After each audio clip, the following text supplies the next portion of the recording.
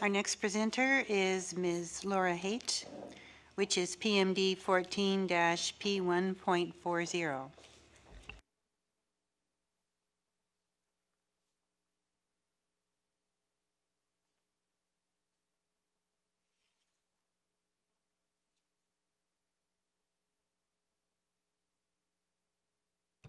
Good afternoon. Happy nomination day all across the province. People have put their names in. The Fords have switched. Lots has gone on while you've been hearing this hearing today.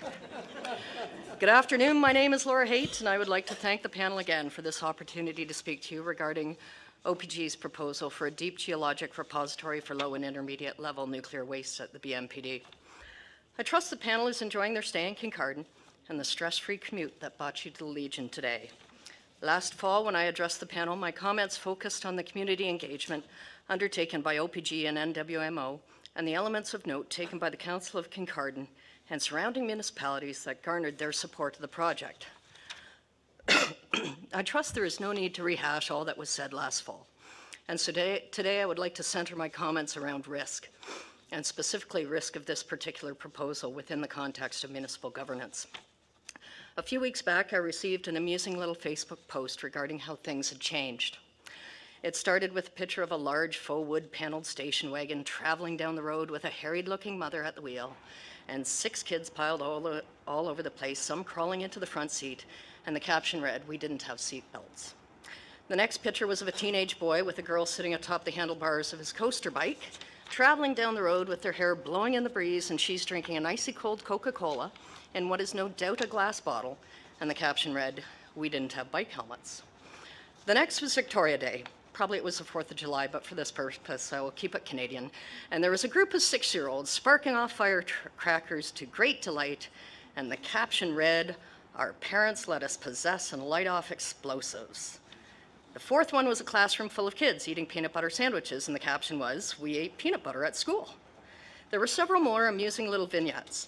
And as someone now just over the 50 threshold, and I can assure you that each and every one of them rang true as something that I had done or experienced as a child. Classic nostalgia of the 50s and 60s. The little show ended with the comment, "It's a wonder any of us survived." Anyway, in preparation for my little discussion of risk, I was thinking about that Facebook post. I was thinking about that little show and wondering what lessons can be learned from it.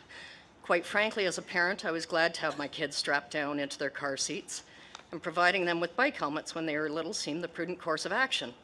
I was gladder still that my sons couldn't get their driver's licenses within a few weeks of turning 16 like I did. But the activity was the same. The risk was the same. What has changed was how we manage the risk. Better equipment, better training, better rules and processes. A young child riding a bike today can still wipe out, skin a knee, or break a wrist, or perhaps even become involved in an accident that will take his or her life. But the incidences of traumatic head injury or fatality have been greatly reduced since the wearing of bike helmets has become mandatory.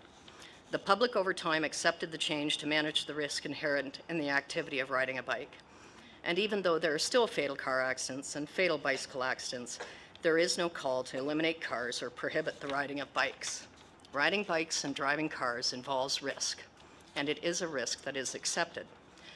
So you're probably saying to yourselves, well, this is all tremendously amusing, and yes, I remember blowing up frogs when I was a kid. What does it have to do with the DGR project? As a resident of Kincardine, I've accepted that there is risk associated with having a nuclear plant in my proverbial backyard.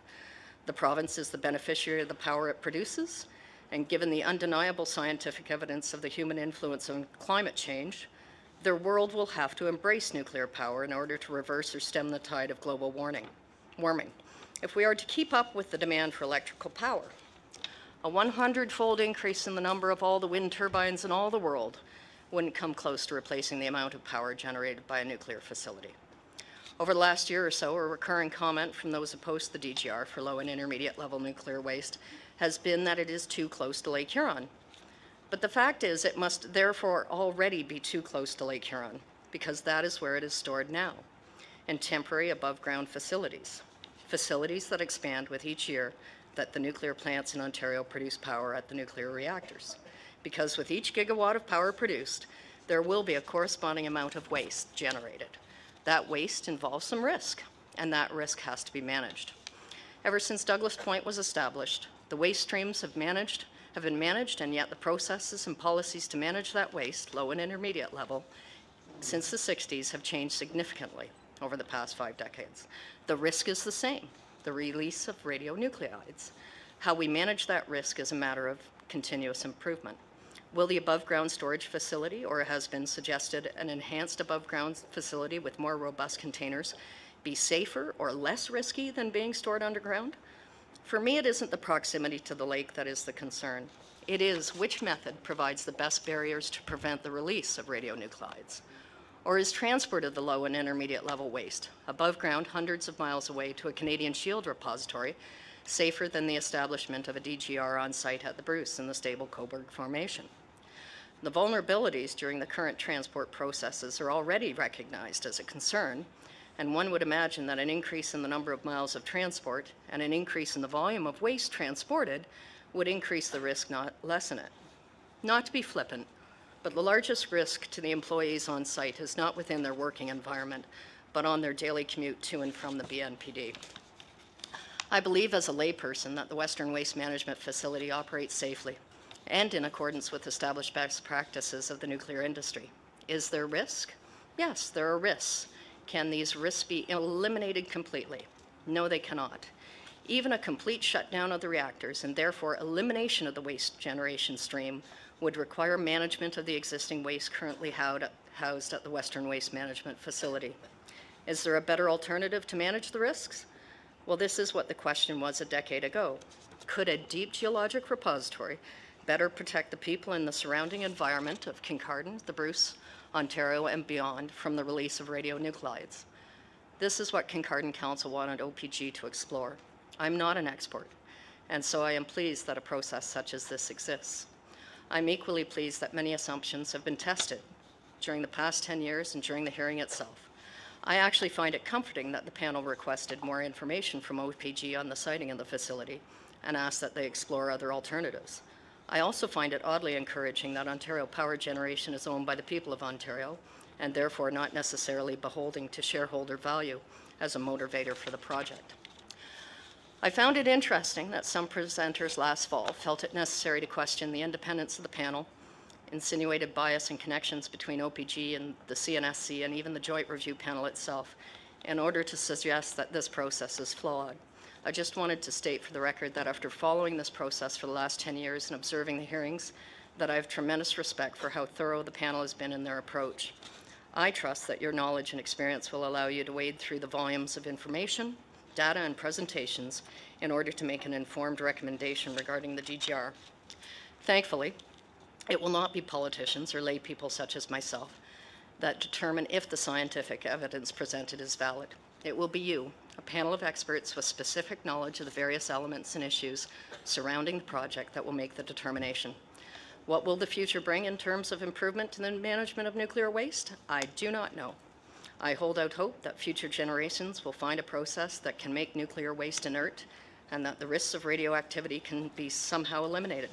But until that happens, I have absolutely no doubt that the nuclear industry will continue to improve their processes over the next 50 years as they have changed and adapted their processes over the last 50 years.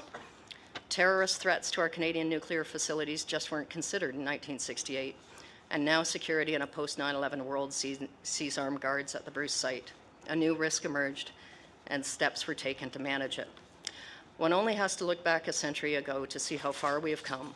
Madame Curie, a pioneer in the field, died due to radiation sickness, and now radioisotopes are used as a cure for cancer. It almost seems incongruent.